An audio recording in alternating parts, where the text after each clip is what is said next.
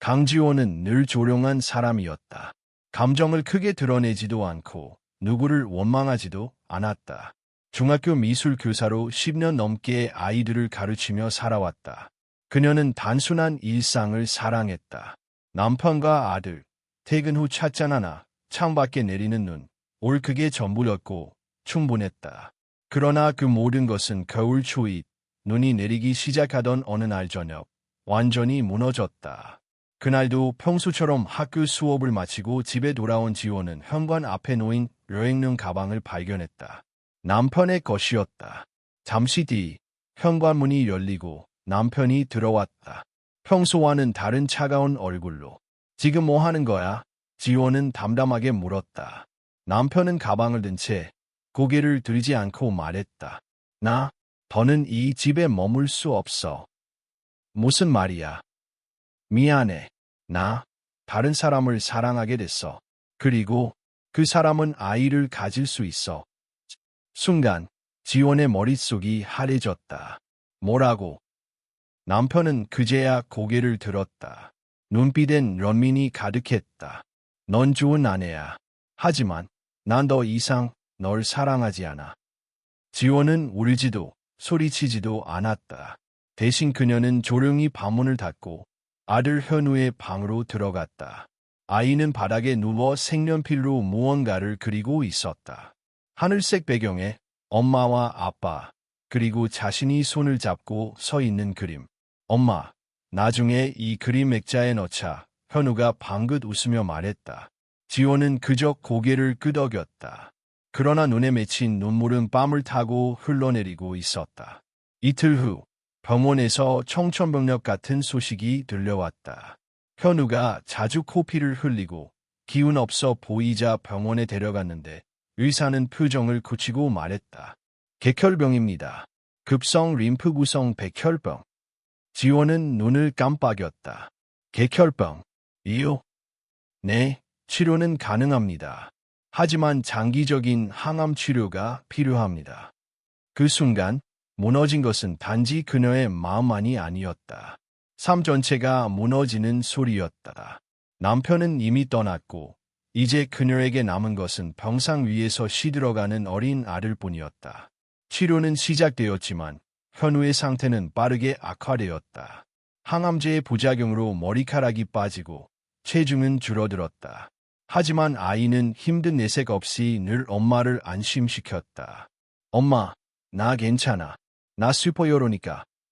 밤이면 지호는 병실 의자에 앉아 아이의 손을 꼭 붙잡고 눈을 감았다. 그리고 속삭였다. 제발, 이 아이만은. 하지만 그 기도는 하늘에 닿지 않았다. 12월의 어느 날, 하얀 눈이 병원 창가에 쌓이던 오후, 현우는 조용히 말했다. 엄마, 나 조금만 잘게. 엄마 나중에 깨워줘라. 지호는 눈물이 고인 눈으로 고개를 끄덕였다. 그래, 아가. 잠깐만 자. 현우는 그녀의 손을 꼭 쥐고 눈을 감았다. 그리고 다시는 뜨지 않았다. 비 소리와 함께 모니터의 선이 하나의 직선으로 변했다. 의사와 간호사가 달려왔고 그녀는 몇 번이고 외쳤다. 현우라, 엄마가 왔어. 일어나. 하지만 아이는 대답하지 않았다. 그날 이후 지호는 멍하니 하루하루를 살아갔다. 장례는 조촐하게 치러졌고 유골함 하나가 그녀의 품에 안겨 집으로 돌아왔다. 서울의 겨울은 매서웠고 그녀의 마음은 그보다도 더 얼어붙어 있었다. 그녀는 다시는 아이를 가질 수 없었다. 출산 후 생긴 합병증과 입원 충격으로 난소 기능은 멈췄고 의사는 조심스레 말했다. 아이를 잃은 것도 큰 아픔이지만 이제는 다시 아이를 가질 수 없습니다. 그 말을 들은 순간 지호는 아무 말도 하지 않았다. 단지 창밖을 바라보며 하늘에서 흩날리는 눈송이를 바라보았다. 눈은 내리고 있었지만 그녀의 세상엔 더 이상 따뜻함이 없었다. 밤이면 그녀는 현우의 그림을 꺼내어 바라보았다. 그 안엔 여전히 셋이 있었다. 그녀, 남편, 그리고 아이. 하지만 이제 그 세 명은 현실이 아니라 과거의 환영이었다. 그녀는 벼랑 끝에 서 있었다. 한 발만 더 내디디면 모든 것이 끝날지도 몰랐다. 하지만 아직 끝나지 않았다. 하루는 한밤중에 한강 다리 위를 걸었다. 손엔 유골함이 들려 있었다. 차가운 바람이 뺨을 때리고 그녀의 머리칼을 뒤흔들었다. 난간 위에 손을 올리는 순간 가방이 툭 떨어졌다. 바닥에 흩어진 종이 사이로 한 장의 그림이 나왔다. 현우의 마지막 그림이었다. 엄마가 산 위에서 아들을 안고 있고 그 옆엔 커다란 개 한 마리가 앉아 있었다. 눈속이지만 세 사람은 따뜻하게 웃고 있었다. 그림 아래엔 어린 글씨체로 적혀 있었다. 엄마, 울지 마. 나랑 강아지가 기다릴게. 지호는 주저앉았다. 울음이 터져 나왔다. 차가운 콘크리트 바닥이 무릎을 시렸지만 그녀는 거기서 오래도록 울었다. 그리고 그날 밤 그녀는 결심했다. 도망치지 않겠다. 하지만 이 고통 속에 머무르지도 않겠다. 어디론가 떠나야 했다. 그 어디에도 발 디딜 곳이 없던 그녀의 마지막 선택지는 한산사의 이름이었다. 백암사, 겨울의 끝자락, 강원도 깊은 산속 백암사로 향하는 길은 좁고 험했다. 서울에서 기차를 타고 강릉에 도착한 후 버스를 2번 갈아타고 마지막엔 눈 덮인 오솔길을 걸어야 했다. 손엔 작은 배낭 하나, 그 안엔 몇 벌의 옷, 아들의 유골함, 그리고 현우가 남긴 그림 한 장. 눈은 여전히 소복이 내리고 있었다. 짙은 소나무 숲을 지나 언덕을 오르자 고요한 산사의 전경이 눈앞에 펼쳐졌다. 낡은 기와지붕, 나무로 된 문틀, 그리고 붉은 등불 하나가 가만히 흔들리고 있었다. 지호는 조심스레 문 앞에 섰다. 두 손을 모아 인사를 한 후 문을 밀었다. 사찰 안은 조용했다. 눈밭을 쓸고 있던 노스님이 그녀를 바라보며 천천히 다가왔다. 어디서 오셨소? 지호는 머리를 숙이며 말했다. 서울에서 왔습니다. 머무를 곳이 필요해서요.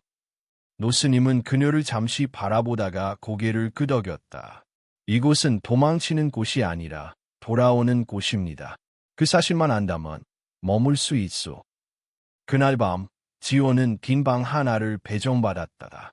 방 한켠엔 낡은 류와 담요, 그리고 작은 촛불 하나가 놓여 있었다. 처음 맞는 산사의 밤 바깥은 눈이 내리고 있었지만 방 안은 고요했다. 그녀는 아들의 유골함을 품에 안고 바닥에 앉았다. 몇 달 만에 눈물을 흘리지 않았다. 다음 날 새벽 4시 목탁 소리에 눈을 떴다. 다른 스님들과 함께 예불을 올리고 마당을 쓸고 채소를 다듬고 법당을 청소했다. 말은 거의 없었다. 모두가 조용히 각자의 일을 했다. 이름 대신 스님은 그녀에게 법명을 주었다. 혜원, 비날희, 해, 다시 시작할 원. 마음속 깊은 데서 다시 태어날 수 있기를 바란다. 혜원, 그 이름은 낯설면서도 따뜻했다. 며칠 후 작은 사건이 생겼다. 마당을 쓸고 있던 그녀 앞에 검은 개 한 마리가 다가왔다. 털은 헝클어져 있었고 한쪽 다리는 약간 절고 있었다. 그러나 눈빛은 깊고 맑았다. 개는 조용히 그녀 앞에 앉았다. 꼬리도 흔들지 않고 소리도 내지 않았다. 얘는 누구예요? 혜원이 물었다. 한 스님이 대답했다. 누리야, 원래는 구조견이었지. 재난 현장에서 사람들을 구했는데 다리에 부상을 입고 은퇴했어. 우리가 데려왔지. 누리는 늘 조용했다. 마당 한쪽 그늘 아래서 혼자 시간을 보내거나 예불 시간엔 법당 문 앞에 앉아 스님들을 지켜보았다. 사람을 따르지 않았다. 누구의 손길도 받지 않았다. 그런 누리가 이상하게도 혜원 곁엔 자주 나타났다. 마당을 쓸면 따라오고 채소를 다듬으면 옆에 앉아 있었다. 밤이면 방 앞에 웅크리고 있었다. 혜원은 처음엔 경계했다. 하지만 점점 누리의 존재가 위안처럼 느껴지기 시작했다. 그녀는 혼잣말처럼 말했다. 현우가 보냈나 봐. 널 엄마 혼자 두지 말라고. 시간이 조금씩 흐르며 혜원은 사찰의 생활에 익숙해져 갔다. 손에 물집이 생기고 무릎이 아파왔지만 마음은 조금씩 가벼워졌다. 하지만 한밤중 아직도 현우를 꿈꿨다. 아이가 그녀를 부르는 소리, 웃으며 달려오는 모습, 그리고 사라지는 뒷모습. 그럴 때마다 그녀는 누리에게 다가가 가만히 등을 쓰다듬었다. 누리는 단 한 번도 도망가지 않았다. 어느 날, 눈이 많이 쌓인 날이었다. 사찰 아래쪽 마을에서 한 노인이 올라왔다. 손에는 조그마한 락봉지가 들려 있었다. 감기 기운이 있는데 락값이 없어서요. 스님들 혹시 따뜻한 거라도. 혜원은 망설이지 않고 주방으로 달려가 죽을 끓였다. 따뜻한 쌀죽 한 그릇을 노인에게 건넸고 노인은 연신 감사하다고 인사를 하며 돌아갔다. 그날 밤 혜원은 스님에게 물었다. 제가 매일 죽을 끓여서 나눌 수 있을까요? 마을에 도움이 필요한 분들이 많은 것 같아요. 스님은 조용히 웃었다. 마음이 있다면 시작해 보시오. 따뜻한 죽 한 그릇이 누군가의 하루를 바꿀 수 있어. 그날 이후 혜원은 매일 아침 일찍 일어나 죽을 끓였다. 당근, 무, 다시마, 현미쌀. 그녀는 정성스럽게 준비했다. 그리고 저녁이면 죽통을 들고 마을로 내려갔다. 누리는 항상 그녀 곁을 지켰다. 그녀가 죽을 나눠줄 때마다 조용히 곁에 앉아 마치 지켜주는 듯했다. 마을 사람들은 그들을 죽 스님과 검은 수호자라 불렀다. 밤이 되면 혜원은 누리 옆에 앉아 조용히 기도했다. 하루만 더 이렇게 살게 해주세요. 어쩌면 그것은 신에게 드리는 기도가 아니라 현우에게 하는 고백이었다. 그녀는 아직 다 털어내지 못했다. 아직도 아이를 떠올리면 숨이 막히고 심장이 조여왔다. 하지만 적어도 지금은 매일 누군가를 위한 죽을 만들며 살아갈 이유를 하나씩 찾아가고 있었다. 그리고 그것만으로도 그녀에겐 충분했다. 눈은 멈췄지만 바람은 매서웠다. 백암사의 겨울은 길고 조용했다. 혜원은 매일 새벽 4시에 일어나 예불에 참여하고 죽을 끓였다. 채소를 다듬는 손놀림에도 익숙해졌고 쌀을 씻는 물의 차가움에도 이젠 움찔하지 않았다. 죽통을 챙겨 산 아래 마을로 내려가는 것도 일상이 되었다. 마을 사람들은 이제 그녀를 알아보고 인사를 건넸다. 어떤 이들은 조용히 돈을 보태기도 했다. 그녀는 늘 고개를 숙이며 감사하다고만 말했다. 누리는 여전히 그녀의 그림자처럼 움직였다. 죽을 나눠주는 자리에서 늘 옆에서 조용히 앉아 있었고 밤이 되면 그녀 방 앞에 자리를 잡았다. 혜원이 한밤중에 뒤척이면 누리는 문 앞에서 낮게 울었다. 한 번도 문을 두드리거나 짖은 적은 없었다. 단지 존재만으로 그녀를 지켰다. 그런 평온한 나날 속에서 혜원은 다시 몸의 이상을 느끼기 시작했다. 처음엔 소화가 잘 안 되는 정도였다. 그러다 점점 배가 불편해졌고 몇 번은 아침에 구토를 하기도 했다. 주방에서 일하다가 갑자기 어지러워져 벽을 짚고 서 있어야 할 때도 있었다. 괜찮으세요? 함께 주방을 쓰는 스님이 걱정스럽게 물었다. 네, 요즘 잠을 좀 못 자서 그런가 봐요. 그녀는 대수롭지 않게 넘겼다. 아니, 넘기고 싶었다. 다시 병원에 가고 싶지 않았다. 다시 제발이라는 단어를 듣고 싶지 않았다. 그러나 누리는 다르게 느끼고 있었다. 어느 날 아침, 혜원이 주방으로 향하려는데 누리가 문 앞을 가로막았다. 몸을 낮게 웅크리고 그녀를 바라보며 가벼운 소리를 냈다. 예, 그래, 누리야. 그녀가 비켜서려 하자 누리는 그녀의 옷자락을 물고 멈췄다. 괜찮아. 나 정말 괜찮아. 그녀는 억지로 미소를 지으며 누리의 머리를 쓰다듬었다. 그러나 그날 밤, 그녀는 다시 토하고 말았다. 복부엔 날카로운 통증이 있었다. 그녀는 이불 속에서 몸을 웅크린 채 새벽까지 잠들지 못했다. 그날 이후 누리는 그녀를 더욱 바싹 따라다녔다. 밥을 먹지 않거나 휴식을 건너뛰면 조용히 그녀 앞에 앉아 눈을 맞췄다. 그 눈빛엔 의심도 비난도 없었다. 오직 걱정과 침묵이 있었다. 며칠 뒤 죽을 마치고 돌아오는 길, 그녀는 갑작스러운 어지럼증에 중심을 잃고 눈밭에 주저앉았다. 두 손으로 머리를 감싸 쥐었고 주변 소리가 멀어지는 듯했다. 누리는 재빨리 달려와 그녀 옆에 몸을 낮추고 얼굴을 혀로 핥았다. 그녀는 희미하게 웃으며 말했다. 괜찮아, 누리야. 잠깐, 숨 좀 고르게. 하지만 누리는 잠시도 그녀를 떠나지 않았다. 마치 다시는 놓치지 않겠다는 듯 그녀가 일어설 때까지 옆에서 가만히 버텼다. 그 순간 희호는 깨달았다. 그녀가 무시하고 있던 신호들이 분명한 경고였다는 것을. 그러나 더 큰 문제는 그녀가 그것을 알고 있음에도 불구하고 받아들이지 않았다는 것이었다. 그날 밤 그녀는 유골함 옆에 무릎을 꿇고 앉았다. 작은 종이에 현우가 남긴 그림을 펼쳤다. 그림 속엔 그녀와 아이가 눈밭에 서 있었고 그 옆에 누리가 함께 웃고 있었다. 엄마가 약속 지킬게. 하루만 더 살고 하루만 더 버틸게 아니라 진짜 살아볼게. 그녀는 조용히 읊조렸다. 다음 날 그녀는 사찰 주지 스님을 찾아갔다. 표정은 침착했지만 눈가엔 결심이 어려진 흔적이 남아 있었다. 스님, 병원에 가보고 싶습니다. 주지는 고개를 끄덕였다. 더 묻지 않았다. 누리도 같이 가도 될까요? 스님은 미소 지으며 말했다. 그 아이는 이미 너와 함께 운명을 나눈 가족이지. 서울의 병원으로 향하는 기차 안 혜원은 창밖으로 스치는 풍경을 보며 손을 모았다. 옆자리에 누리는 조용히 앉아 그녀의 무릎에 머리를 얹고 있었다.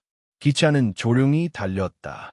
혜원의 마음도 누리의 숨결도 눈 내리는 산맥처럼 고요했다. 하지만 이번엔 도망치는 길이 아니었다. 이번엔 맞서는 길이었다. 그녀는 알고 있었다. 다시 병원 문을 열면 다시 한번 인생이 바뀔 수도 있다는 것을. 하지만 누군가를 위해 죽을 끓이며 살아온 이 시간들이 그녀를 단단하게 만들었다. 다시 싸울 준비가 되었다. 서울에 도착한 날은 어김없이 회색빛 하늘이 도시를 덮고 있었다. 혜원은 몇 달 만에 다시 병원 복도를 걷고 있었다. 발걸음은 조심스러웠고 복도의 공기마저 무겁게 느껴졌다. 접수대 앞에서 이름을 말하자 간호사가 익숙한 듯 반갑게 인사했다. 오랜만이시네요, 스님. 오늘은 검진이신가요? 그녀는 가볍게 고개를 끄덕였다. 누리는 대기실 의자 아래 얌전히 앉아 있었다. 다른 환자들이 신기하게 쳐다보았지만 누리는 여전히 침착했다. 오직 희원을 바라보고 그녀가 움직이면 따라 움직일 뿐이었다. 검사 후 진료실. 의사는 모니터를 바라보다가 천천히 입을 열었다. 재발입니다. 보이는 이전과 같고 전이 조짐도 보입니다. 혜원은 말없이 고개를 숙였다. 지금 단계에서는 적극적인 항암 치료를 다시 시작해야 합니다. 수술도 고려 대상이지만 체력이 감당할 수 있을지가 문제입니다. 제가 얼마나 시간이 있을까요? 의사는 잠시 침묵했다가 조심스레 답했다. 지금부터의 선택에 달렸습니다. 포기하지 않는다면 너는 충분히. 그는 말을 아꼈지만 혜원은 이미 충분히 들었다. 중요한 것은 시간이 아니라 그 시간을 어떻게 쓸 것인가였다. 병원을 나서는 길, 눈발이 조금씩 흩날렸다. 혜원은 누리의 머리를 쓰다듬으며 말했다. 다시 시작이네, 누리야. 누리는 조용히 그녀의 옆에서 발맞춰 걸었다. 둘의 발자국은 눈 위에 나란히 찍혔다. 그날 저녁, 혜원은 서울의 찻집에서 오래전 함께 근무하던 미술교사 친구를 만났다. 친구는 그녀의 초췌한 얼굴을 보고 눈시울이 붉어졌지만 아무 말 없이 두 손을 꼭 잡아주었다. 그래도 내가 웃고 있어서 다행이야. 혜원은 조용히 웃었다. 나는 죽이 필요해. 남을 위해 끓이지만 사실은 내가 살아있으려면 매일 끓여야 해. 배감사로 돌아오는 길은 눈이 많이 쌓여 있었다. 누리는 피곤한 듯 차 안에서 꾸벅꾸벅 졸았다. 혜원은 창밖으로 펼쳐진 설경을 보며 되뇌었다. 아직 끝이 아니다. 나는 오늘도 끓일 것이다. 도착하자마자 스님들이 그녀를 반갑게 맞이했다. 그녀는 병원 소식을 숨기지 않았다. 주지는 잠시 말없이 듣다가 고개를 끄덕였다. 그럼 이제 죽에도 마음뿐 아니라 생명을 담아야겠구나. 그 말에 희원은 깊게 고개를 숙였다. 스님, 더 늦기 전에 죽을 나눌 수 있는 방법을 늘리고 싶습니다. 며칠 후 희원은 사찰 인근 복지센터에 연락했다. 도시에서 온 자원봉사자들이 오가며 죽 나눔을 돕는 시스템을 만들자고 제안했다. 스님이 끓이는 죽을 함께 나누고 싶어요. 제게 남은 시간이 길지 않다면 그 시간만큼은 더 많은 사람을 따뜻하게 하고 싶습니다. 센터장은 깊은 감동을 느꼈다. 그날 이후 사찰의 주방은 더욱 바빠졌다. 동네 아주머니들이 돕기 위해 자원했고 젊은 자원봉사자들도 주말마다 찾아왔다. 누리는 더 이상 조용히 앉아있는 것만으로도 충분했다. 마당에 죽통을 쌓아두면 그 옆에 누워 사람들을 지켜보았다. 처음엔 낯설어하던 사람들도 이내 익숙해졌다. 누리는 이 공동체의 상징이 되었고 배감사의 검은 수호자라는 별명이 붙었다. 그러나 병은 멈추지 않았다. 어느 날 아침 그녀는 갑작스러운 복통으로 바닥에 주저앉았다.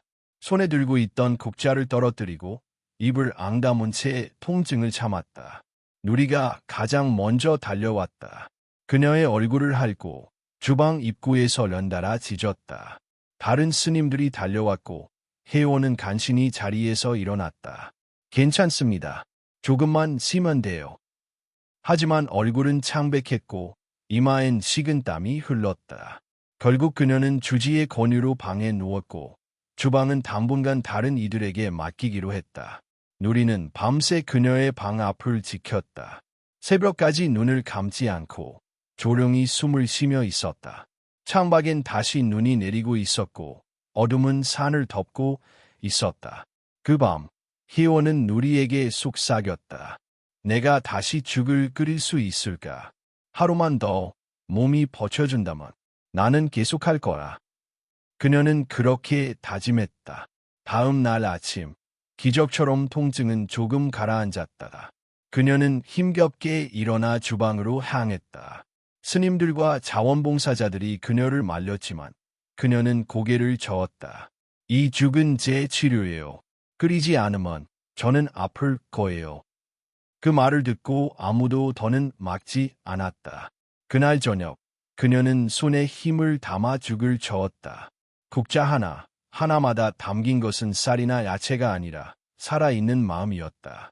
그녀는 살아있고 그 죽은 다른 생명을 녹이고 있었다. 누리는 다시 그녀 옆에 앉아 조용히 꼬리를 흔들었다. 혜원은 누리의 등을 쓰다듬으며 말했다. 우린 아직 끝나지 않았어. 그치, 누리야. 누리는 대답 대신 그녀의 손에 얼굴을 비볐다. 그 순간 혜원은 확신했다. 자신은 아직 사라질 수 없다고. 아직 나눌 죽이 있고 마주할 사람이 있고 무엇보다 곁에 누리가 있으니까. 그리고 그렇게 그 겨울의 끝에서 둘은 다시 살아가고 있었다. 혜원은 다시 죽을 끓이기 시작했다. 손목에 힘이 덜 들어갔고 몸이 자주 피곤해졌지만 그녀는 멈추지 않았다. 매일 아침 눈을 뜨면 먼저 누리가 있는지 확인했고 그 다음은 주방으로 향했다. 그녀의 움직임은 이전보다 더 조용하고 조심스러웠다. 자원봉사자들이 점점 더 많은 부분을 맡아주었고 그녀는 중심을 잡는 역할로 물러났다. 국자는 여전히 그녀의 손에 있었지만 이제 그 국자를 들 때마다 마음속에 다짐이 함께 묻어났다. 내 몸이 다 녹아도 괜찮아. 이 따뜻함을 누군가가 기억해 준다면. 어느 날 오후 서울에서 왔다는 방송국 작가가 배감사를 찾아왔다. 지역 뉴스의 혜원과 누리의 이야기를 소개하고 싶다고 했다. 그녀는 처음엔 고사했지만 자원봉사자들과 스님들이 조심스럽게 권유했다. 이 이야기를 들으면 누군가는 용기를 얻을지도 모릅니다. 혜원은 잠시 생각하다가 고개를 끄덕였다. 다만 조건을 걸었다. 죽을 끓이는 장면은 괜찮습니다. 하지만 병에 대한 얘기는 빼주세요. 이건 불쌍하다는 시선을 받고 싶어서 하는 일이 아니니까요.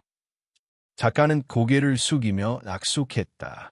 촬영 당일 누리는 카메라 앞에서도 여전히 침착했다. 마치 자신이 해야 할 일을 알고 있는 듯했다. 혜원이 죽을 퍼 담는 동안 누리는 옆에 앉아 있었다. 햇살이 희미하게 비춰들던 그날, 카메라는 아무 말 없이 둘의 뒷모습을 담았다. 뉴스가 나간 이후 배감사로 죽을 함께 만들고 싶다는 문의가 늘었다. 혜원은 그만큼 걱정도 늘었다. 혹여 자신이 갑자기 자리를 비우게 되면 이 일은 어떻게 이어질까? 그녀는 노스님을 찾아가 물었다.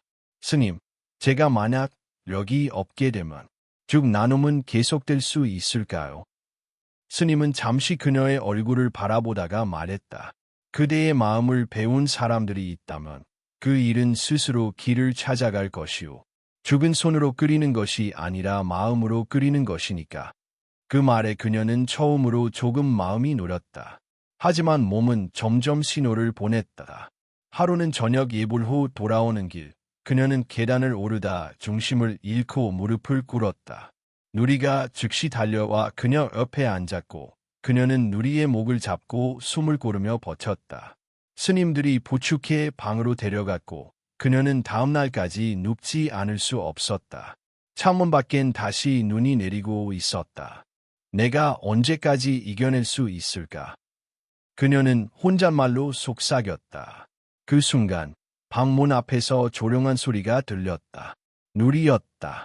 방문을 밀지 않았고 그저 거기 있었다. 그 존재만으로도 위로가 되는 친구. 혜원은 힘겹게 몸을 일으켜 문을 열었다. 누리가 방 안으로 들어오자 그녀는 바닥에 앉아 그 머리를 품에 안았다. 누리야, 너도 지쳤지. 그런데도 나보다 먼저 달려오고 참 고마운 친구야. 누리는 가만히 그녀의 무릎에 머리를 얹었다. 그날 밤 둘은 함께 잠이 들었다. 누리의 숨소리와 혜원의 조용한 호흡이 어우러져 한겨울 밤을 채웠다. 그 다음 주 혜원은 죽을 끓이지 않았다. 대신 주방 한켠에 앉아 자원봉사자들에게 레시피를 가르쳤다. 고기 없이도 깊은 맛을 내는 법, 소금을 넣기 전에 죽을 먼저 한 숟가락 맛보는 습관, 마지막에 넣는 마음까지. 죽은 먹는 사람의 오늘을 살게 하는 음식이에요. 그래서 그냥 끓이면 안 돼요. 그녀는 그렇게 자신의 마음을 남기고 있었다. 손이 아니라 말로, 몸이 아니라 시선으로. 또 한 번 눈이 많이 내린 날 혜원은 복도에서 누리와 함께 창밖을 바라보고 있었다. 작은 아이 하나가 어머니 손을 잡고 사찰을 지나가고 있었다. 아이는 누리를 보며 웃었고 누리는 꼬리를 살짝 흔들었다. 혜원은 말했다. 너는 정말 이상한 개야. 말도 못하면서 사람 마음을 그렇게 잘 아니까. 누리는 대답하지 않았다. 하지만 그 침묵이야말로 그녀에겐 가장 명확한 이유였다. 그날 밤 그녀는 일기를 썼다. 나의 시간은 줄어들고 있지만 나의 온기는 퍼져가고 있다. 내가 멈춰도 이 따뜻함은 멈추지 않기를. 누리와 함께한 오늘이 나의 생애에서 가장 고요하고 따뜻한 하루였다. 이야기는 끝나지 않았다. 겨울은 여전히 길었고 몸은 더욱 버거워졌지만 혜원은 매일 아침 눈을 뜨며 하나의 문장을 되뇌었다. 오늘도 끓이자. 오늘도 나누자. 누리는 오늘도 그녀의 옆에서 함께 걷고 있었다. 그 겨울은 유난히 길었다. 바람은 날카로웠고 해는 짧았다. 그러나 혜원은 하루하루를 놓지 않았다. 그녀가 끓이지 않으면 누군가 저녁을 굶을 수도 있다는 마음 하나로 버티고 있었다. 죽을 나누는 사람은 늘었고 혜원은 그들을 차근차근 가르쳤다. 다시마 우린 물의 온도, 채소 손질이 타이밍, 무엇보다 중요한 처음 국자를 뜰 때의 마음을 이야기해 주었다. 하지만 그런 그녀의 몸은 점점 흔들리고 있었다. 자주 숨이 찼고 손목이 무기력해졌으며 무엇보다 가슴 안에서 무겁고 불길한 통증이 자주 올라왔다. 오늘은 쉬시는 게 좋겠습니다. 주지 스님도 더는 말리지 않았다. 그러나 혜원은 고개를 저었다. 쉬면 안 돼요. 지금 이 순간도 누군가는 춥고 배고플 테니까요. 스님은 조용히 답했다. 그대가 멈춘다고 세상이 무너지는 건 아니요. 가끔은 자신을 먼저 살펴라 다음을 나눌 수 있어. 그 말이 옳다는 걸 혜원도 알고 있었다. 하지만 그녀는 멈추지 못했다. 그 주의 목요일 저녁 그녀는 마을의 요양원에 죽을 전달하고 돌아오는 길에 갑자기 숨이 막혔다. 계단을 오르던 중 두 손으로 가슴을 움켜쥐며 무릎을 꿇었다. 눈이 내리고 있었고 숨은 점점 가빠졌다. 누리는 단숨에 그녀에게 달려와 앞을 막았다. 짖지 않았다. 대신 그녀의 어깨에 얼굴을 비볐다. 따뜻하고 거친 숨이 얼굴에 닿았다. 누리야, 미안해. 조금만. 심한데. 그녀는 중얼이며 눈을 감았다. 하지만 누리는 가만히 있지 않았다. 갑자기 산길을 거슬러 뛰기 시작했다. 사찰을 향해 전력을 다해. 그 순간 누리는 희원의 숨결보다 시간을 먼저 감지한 듯했다. 백암사 경내에서는 스님들이 이상한 소리에 고개를 돌렸다. 누리는 절문 앞에서 온몸을 던지듯 문에 부딪혔다. 그리고 낮고 길게 울부짖기 시작했다. 스님 한 명이 달려나왔고 누리는 그를 향해 다시 산 아래로 달리기 시작했다. 주지는 그 소리에 곧장 반응했다. 무슨 일이야? 누리가 사람을 데리러 가는 것 같습니다. 주지는 망설이지 않았다. 몇몇 스님들과 함께 손전등을 들고 누리를 따라 달렸다. 한참을 내려가자 희미한 불빛 아래에서 한 여인이 눈 위에 쓰러져 있었다. 눈 속에서 숨을 몰아쉬던 혜원이었다. 스님. 스님들은 그녀를 조심스럽게 일으켰다. 혜원의 얼굴은 창백했고 입술은 파랗게 질려 있었다. 숨소리는 불규칙했고 가슴은 심하게 들썩거렸다. 병원으로 가야 합니다. 그날 밤 그녀는 다시 서울의 병원으로 실려갔다. 누리는 병원 응급실 앞까지 따라갔다. 병원 직원들이 동물을 막으려 했지만 담당 간호사가 말했다. 그 개가 그녀를 살렸어요. 그냥 두세요. 병원 복도에서 주지 스님은 조용히 간호사에게 물었다. 상태가 많이 안 좋습니까? 심장에 문제가 생긴 것 같습니다. 암의 전이뿐만 아니라 면역력도 거의 바닥입니다. 이번이 마지막일 수도 있어요. 그 말에 스님은 고개를 숙였다. 죽은 멈췄어도 온기는 남는 법이지. 그 순간 누리가 복도 구석에서 천천히 몸을 웅크렸다. 지친 듯 하지만 아직은 떠날 준비가 되지 않은 생명체처럼 그의 눈동자엔 빛이 남아 있었다. 다음날 새벽 혜원은 병실에서 조용히 눈을 떴다. 희미한 불빛 아래에서 누리가 그녀의 손끝에 얼굴을 얹고 있었다. 그녀는 눈을 깜빡이며 말했다. 또 너구나. 누리는 대답하지 않았다. 그러나 그 온기만으로도 희원은 알 수 있었다. 자신이 아직 살아있다는 것, 아직 끝나지 않았다는 것. 의사는 그녀에게 더 강한 치료를 권유했다. 하지만 희원은 고개를 저었다. 이제는 남은 시간을 정성으로 쓰고 싶어요. 치료가 아니라 전하고 싶은 게 있어요.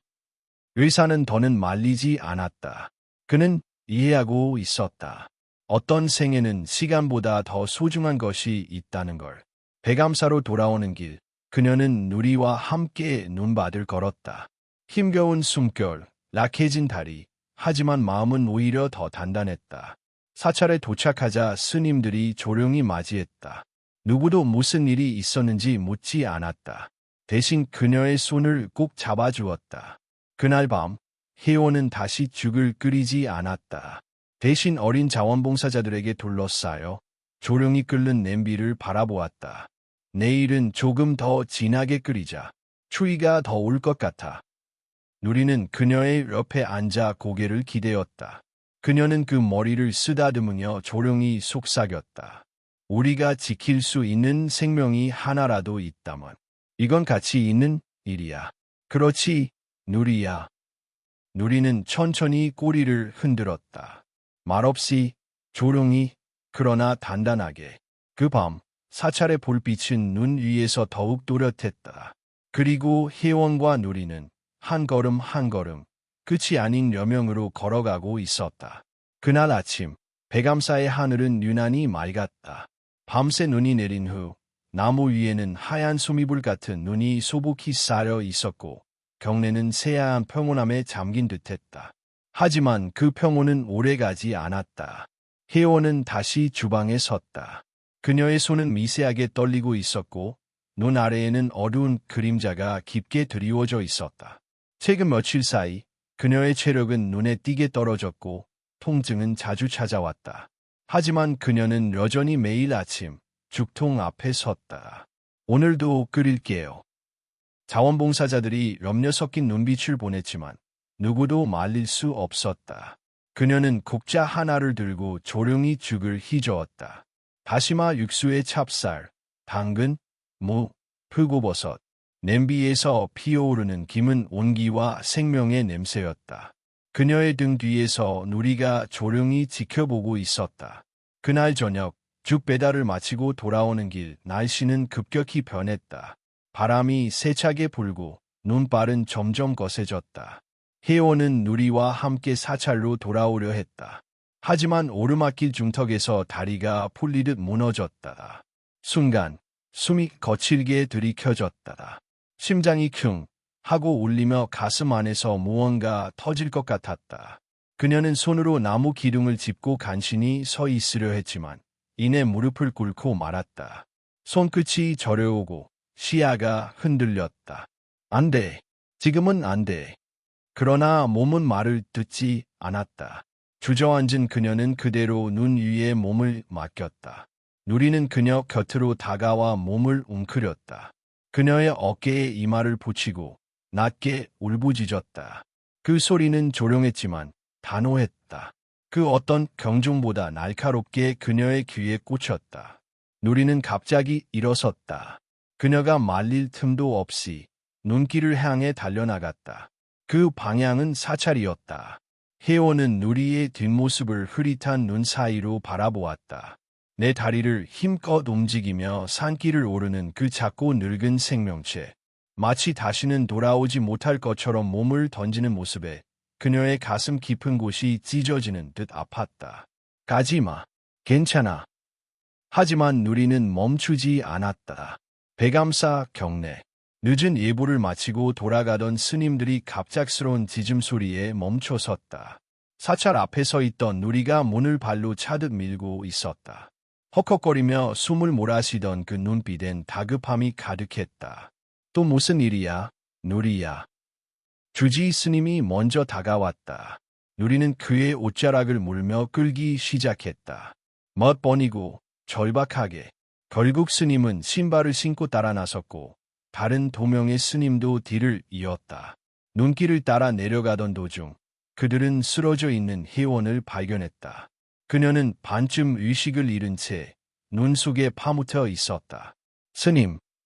스님들이 달려가 그녀를 끌어안았다. 입술은 창백했고 몸은 차가웠다. 그녀의 입에서 겨루 한마디가 흘러나왔다. 누리, 르, 잡아, 줘. 혜원은 다시 병원으로 옮겨졌다. 이번에는 응급처치 없이 병실로 직행했다. 의사들은 경고했다. 이제부터는 외부 활동을 삼가셔야 합니다. 작은 무리에도 심각한 합병증이 생길 수 있습니다.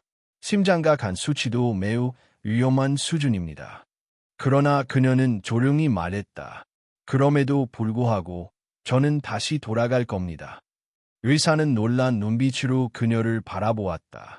정말 위험합니다. 다음은 정말로 마지막일 수 있어요.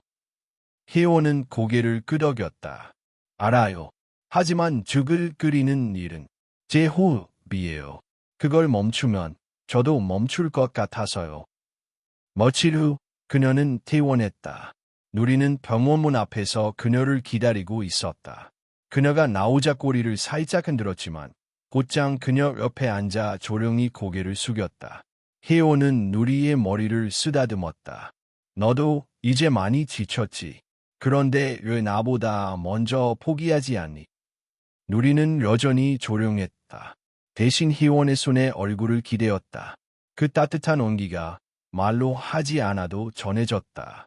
사찰로 돌아온 후 그녀는 주지 스님과 긴 대화를 나누었다.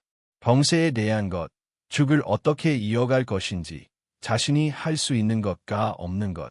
스님, 저는 곧 떠날지 몰라요. 하지만 그 전에 꼭 하고 싶은 일이 있어요. 말해보시오. 죽을 끓이는 법을 글로 남기고 싶어요. 마음으로 끓이는 죽의 이야기. 그리고 누리와 나눈 이 시간을 기록하고 싶어요. 스님은 고개를 끄덕였다. 좋은 일입니다. 그 글은 그대가 떠난 후에도 여기 남아 사람들을 따뜻하게 할 것이오. 그날 밤, 그녀는 작은 공책을 꺼냈다. 첫 장에 이렇게 적었다. 죽을 끓이는 법은 단순하다. 하지만 사람을 살리는 죽은 먼저 마음을 끓여야 한다. 그녀는 더 이상 날마다 죽을 끓이지 않았다. 대신 매일 2~3시간 앉아서 후배들에게 이야기를 들려주었다. 병상에서 죽을 받았던 사람들의 표정, 누리와 함께 눈길을 걸었던 날들, 그리고 오늘 이 하루를 사는 이유. 자원봉사자 중 한 명이 물었다. 스님, 그럼 내일은 뭘 끓일까요? 그녀는 미소 지으며 말했다. 내일은 더 천천히 끓이자. 죽은 기다려야 맛이 나거든. 누리는 그녀 옆에서 조용히 눈을 감고 있었다. 그 순간 사찰 마당에 눈이 천천히 흩날리기 시작했다. 하얀 침묵 속에서 그녀의 숨결은 또 하나의 온기로 피어오르고 있었다. 봄이 조금씩 다가오고 있었다. 백암사의 마당에도 눈 대신 녹은 물자국이 보이기 시작했고 참나무 가지 사이로 따스한 햇살이 스며들었다. 그러나 희원의 몸은 계절과 반대로 흘러가고 있었다. 몸은 점점 식어갔고 기운은 하루하루 줄어들었다. 아침마다 일어나는 것이 어려워졌고 죽을 끓이기보다는 조용히 앉아 주방 구석에서 자원봉사자들의 움직임을 지켜보는 일이 많아졌다. 누리는 그녀 옆을 절대 떠나지 않았다. 작은 숨소리에도 귀를 세우고 희원이 몸을 비틀면 다가가 등을 기댔다. 병원에서도 사찰에서도 아무리 힘들어도 그만큼 헌신적일 수 있는 존재는 없었다. 희원은 작은 공책에 매일 한두 줄씩 글을 남기기 시작했다. 그녀는 그것을 죽일기라 이름 붙였다. 죽을 끓이는 법, 나누는 마음, 그리고 누리와의 하루를 담았다. 1월 10일. 오늘은 죽에 물을 넣었다. 무는 씹을수록 단맛이 나지만 손질할 때는 눈물이 난다. 사람도 그렇다. 1월 17일. 누리가 오늘 내 무릎에 얼굴을 기대고 낮잠을 잤다. 그 체온 덕분에 나는 한참을 울었다. 1월 28일. 내 몸이 이제 이 일을 다 하지 못하더라도 누군가는 이 따뜻함을 이어가길 바란다. 죽은 음식이지만 영혼의 언어이기도 하니까. 글을 쓰는 손은 느렸고 자주 멈췄다. 하지만 그녀는 한 글자 한 글자 마치 자수를 놓듯 정성스럽게 써내려갔다. 죽보다도 더 조심스럽게 끓여내는 시간이었다. 어느 날 서울의 방송국 PD가 다시 찾아왔다. 첫 방송 이후 반응이 커서 후속 이야기를 만들고 싶다고 했다. 사람들이 스님 이야기를 듣고 싶어 합니다. 죽을 나누는 마음, 그리고 개와 함께 살아가는 시간. 희원은 잠시 눈을 감았다가 고개를 끄덕였다. 제가 올해는 못 갈지도 몰라요. 하지만 누리는 계속 남아있을 거예요. 그 아이 이야기를 남겨주세요. 촬영팀은 조용히 그녀를 담았다. 주방에서 손짓으로 아이들을 지도하는 모습, 누리와 함께 마당을 천천히 걷는 뒷모습, 그리고 불 앞에 앉아 조용히 기도하는 순간까지. 그 영상은 얼마 지나지 않아 전파를 탔고 수많은 사람들의 가슴을 울렸다. 하루는 서울에서 한 가족이 사찰을 찾았다. 방송을 보고 감동했다며 작은 기부를 하고 싶다고 했다. 그들은 죽을 받아본 적도 사찰에 와본 적도 없었다. 하지만 사람의 마음이 무엇인지 배웠다며 눈시울을 붉혔다. 희원은 조용히 말했다. 그 마음이면 충분해요. 죽은 배고픈 사람을 위한 것이지만 따뜻한 사람을 위한 것이기도 하거든요. 그날 밤 희원은 혼자 법당에 앉았다. 누리는 그녀 옆에서 웅크린 채 눈을 감고 있었다. 등 뒤로 촛불이 작게 흔들렸다. 그녀는 작은 목소리로 읊조렸다. 현우야, 엄마가 곧 갈 수도 있어. 무섭지는 않은데 조금은 아쉽다. 더 오래 누리와 있고 싶었거든. 그녀는 누리의 등을 쓰다듬었다. 이 아이는 말은 못하지만 나보다 훨씬 많은 걸 느껴. 그리고 항상 나보다 먼저 움직여. 내가 못 듣는 소리를 듣고 내가 못 본 마음을 봐. 다음 날 그녀는 주지 스님에게 작은 상자를 하나 건넸다. 죽일기라고 적힌 공책과 함께 자신이 쓴 짧은 편지도 들어 있었다. 스님, 혹시 제가 떠난 뒤에도 이 글이 누군가에게 도움이 될 수 있다면 주방 한쪽에 놔주세요. 스님은 아무 말 없이 그것을 받아들고 고개를 숙였다. 스님의 온기는 말이 아니라 손에 남아있소. 그 손을 기억하는 사람이 많소. 며칠 후 그녀는 다시 병원에 갔다. 상태는 악화되고 있었고 의사는 조심스럽게 물었다. 혹시 런명이류에 대한 생각은 하셨습니까? 혜원은 미소 지었다. 아니요. 저는 죽음보다도 누가 제게서 죽을 권리를 뺏는 게 더 두려워요. 저는 죽음을 선택하진 않겠지만 죽음을 막진 않으려 해요. 의사는 고개를 숙였다. 그녀의 말에는 확신이 있었고 삶을 사랑하는 이의 존엄이 있었다. 병원에서 돌아오는 길, 누리는 차 안에서 그녀의 무릎에 머리를 얹고 있었다. 창밖으로는 벚꽃이 피기 시작했고 도시는 조금씩 생기를 되찾고 있었다. 혜원은 창밖을 보며 속삭였다. 이제 진짜 봄이 오는구나, 누리야. 누리는 꼬리를 살짝 흔들었고 그녀는 그 따뜻한 움직임에 눈을 감았다. 아직 괜찮아. 아직 살아있다. 백암사에 도착한 그날 밤, 그녀는 조용히 주방 한편에 앉아 볼을 지폈다. 자원봉사자들은 놀라며 다가왔다. 스님, 괜찮으세요? 그녀는 조용히 고개를 끄덕였다. 오늘은 마지막으로 내가 끓이고 싶어. 내 손으로. 그녀는 마지막 국자를 들었다. 눈은 흐려지고 팔은 무거웠지만 그녀는 천천히 그러나 분명하게 죽을 저었다. 이건 내가 남기는 인사야. 그날 끓인 죽은 백암사의 모든 이들에게 나누어졌다. 스님들, 자원봉사자들, 아이들, 노인들 모두가 그녀가 끓인 마지막 죽을 받았다. 누리는 그녀 옆에서 그 모습을 끝까지 지켜보았다.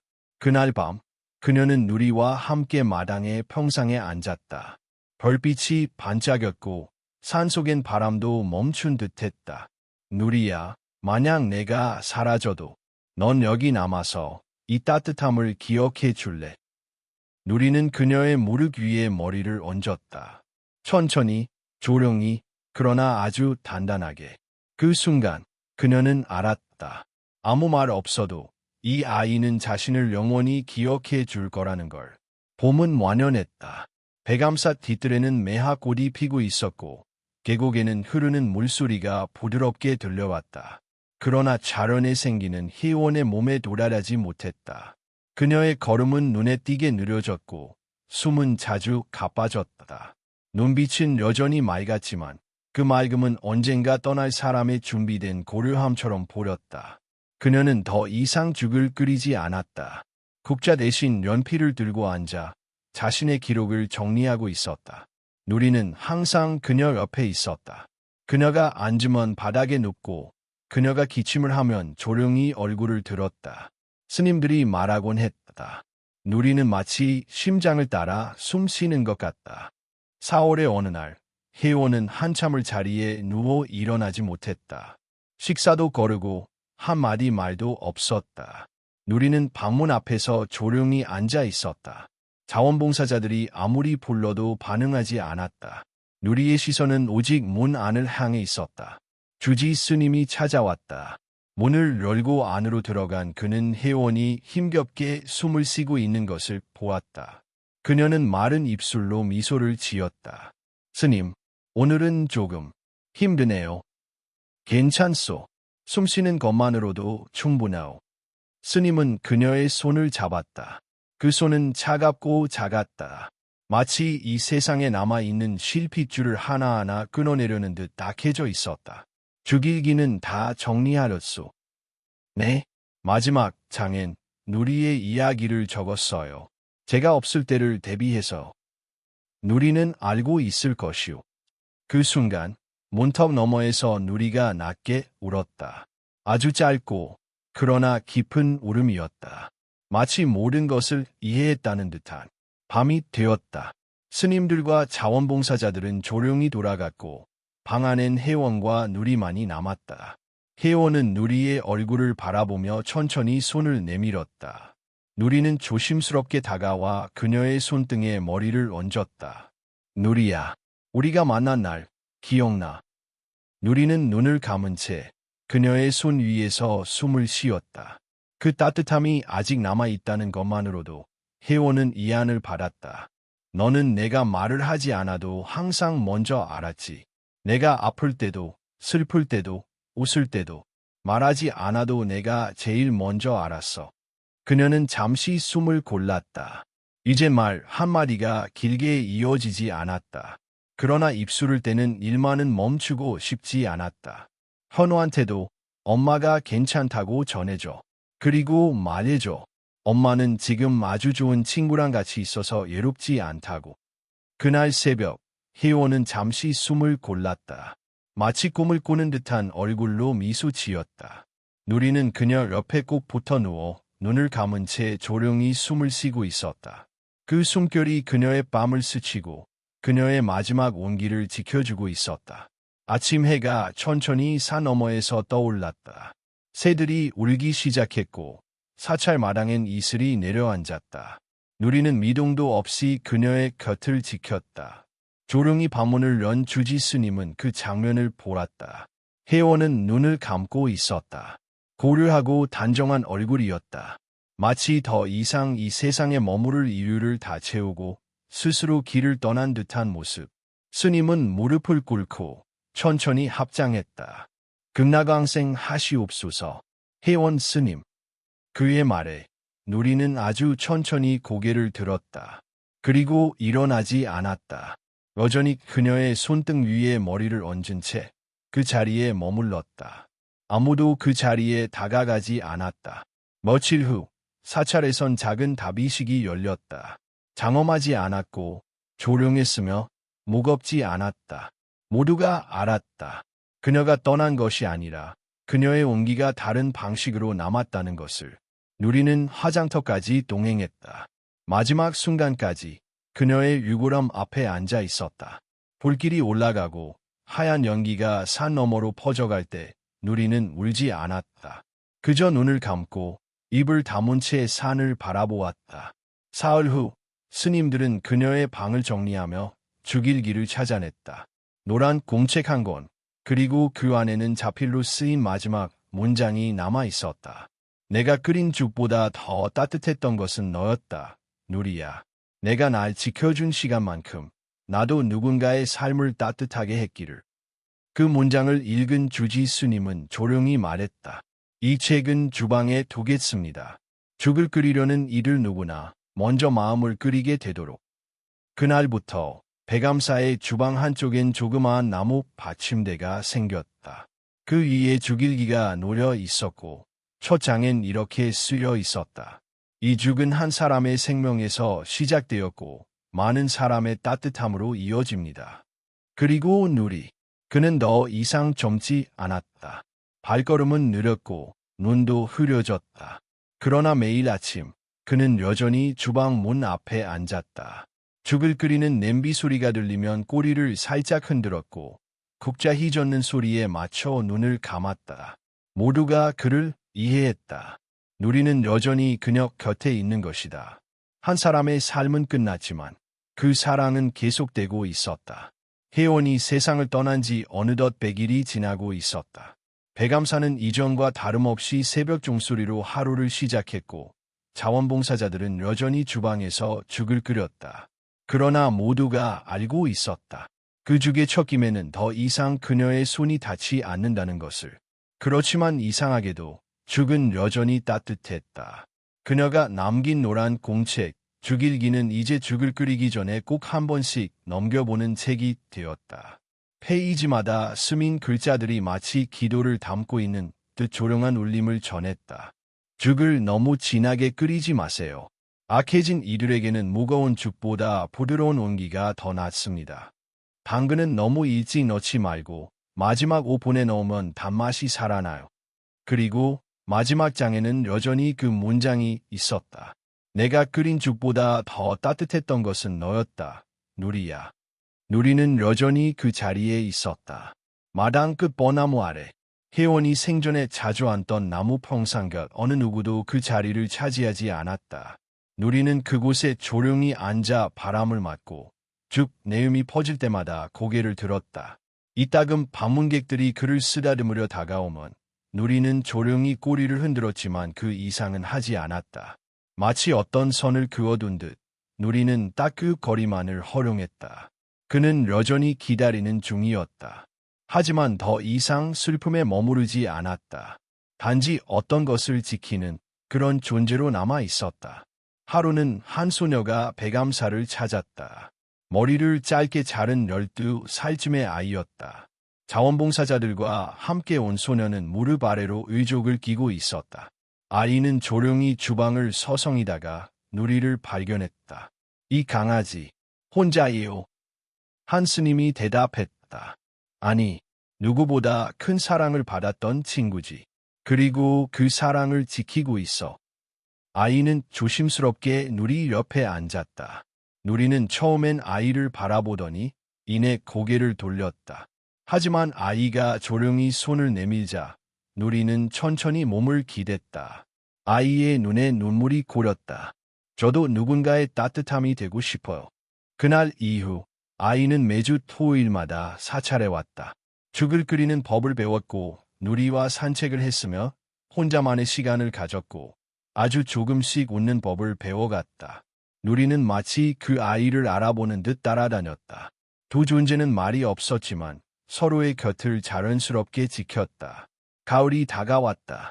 매년 이맘때쯤 혜원은 아픈 환자들을 위해 특별한 죽을 끓였다. 밤, 은행, 런근을 넣은 보양죽. 올해도 자원봉사자들은 그 죽을 준비했다. 죽이 끓는 냄비 앞에서 아이는 마지막 재료를 넣으며 조심스럽게 중얼거렸다. 스님, 이거 맞죠? 누리는 주방 입구에서 고개를 끄덕이듯 꼬리를 한번 흔들었다. 모두가 웃었다. 아이는 이제 혜원의 자리를 채우진 못하지만 그 따뜻함을 따라가고 있었다. 그리고 어느 날 누리는 조금 다르게 행동했다. 평소보다 더 조용히, 더 느리게 움직였다. 죽을 퍼담는 사람들 옆을 지날 때마다 그들을 바라보았고 주방 앞 평상에 조용히 앉아 긴 숨을 내쉬었다. 그날 저녁 그는 혼자 산길로 걸어 올라갔다. 아무도 따라가지 않았다.